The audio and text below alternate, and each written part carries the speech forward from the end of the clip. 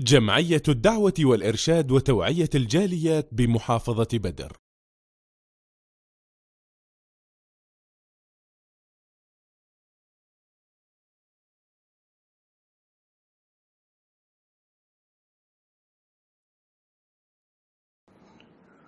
السلام علیکم ورحمۃ اللہ وبرکاتہ۔ الحمد للہ رب العالمین والصلاة والسلام علی اشرف الانبیاء والمرسلین نبینا و حبیبنا محمد وعلی آلہ و اصحابہ اجمعین، اما بعد۔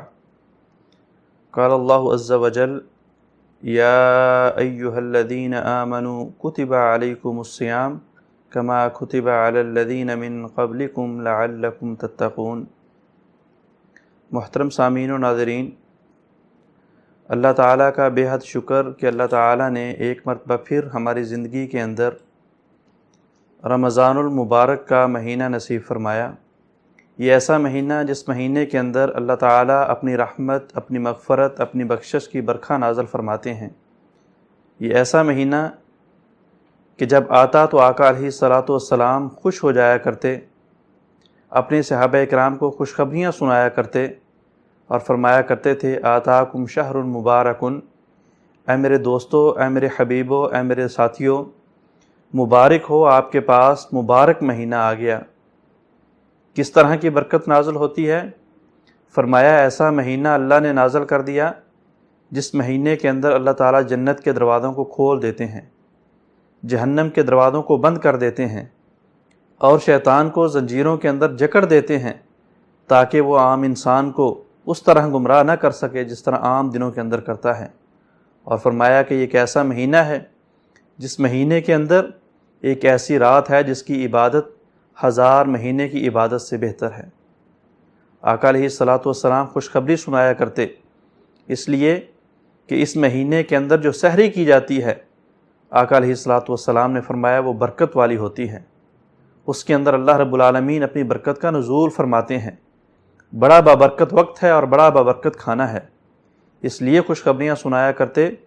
اس لیے کہ آقا علیہ الصلاۃ والسلام نے فرمایا جب افطاری کا وقت ہوتا ہے، روزہ چھوڑنے کا وقت ہوتا ہے، تو اس وقت جو دعا کی جاتی ہے وہ قبول ہوتی ہے، اور اللہ رب العالمین افطاری کے وقت بہت زیادہ انسانوں کو جہنم سے آزاد فرماتے ہیں۔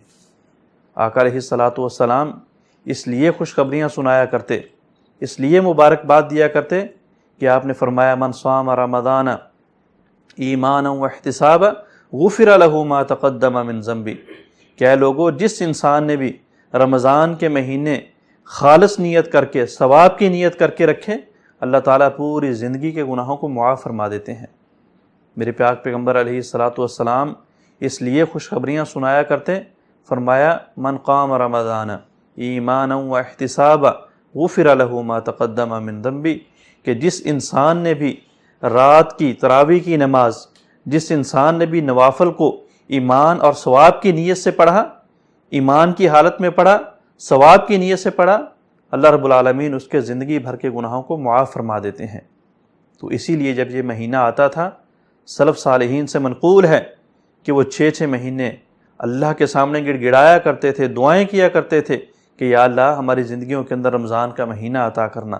اور جب یہ رمضان کا مہینہ گزر جاتا تو پھر سجدے میں لیٹ کے دعائیں کیا کرتے تھے: یا اللہ جو بھی نیکیاں، جو بھی اعمال اس مہینے کے اندر کیے ہیں، یا اللہ ان کاموں کو قبول کر کے ہماری بخشش کر دینا، ہمیں جہنم سے دور کر کے جنت کے اندر داخلہ نصیب کر دینا۔ خوشخبریاں اس لیے دیا کرتے تھے، خوش قسمتی اس قدر بڑی ہے، آپ نے فرمایا کہ جس انسان نے روزہ رکھا اور روزے کی حالت میں اس کی وفات کا وقت ہو گیا، اس کی موت آن پہنچی، تو وہ سیدھا اللہ کی جنتوں میں جائے گا۔ اللہ تعالی ہمیں اس مبارک مہینے کی قدر کرنے کی توفیق عطا فرمائے، اور اللہ رب العالمین زیادہ سے زیادہ اخلاص اور ایمان کے ساتھ روزے رکھ کے اللہ ہمیں جہنم سے دور کر کے جنت کا داخلہ نصیب فرمائے۔ السلام علیکم ورحمۃ اللہ وبرکاتہ۔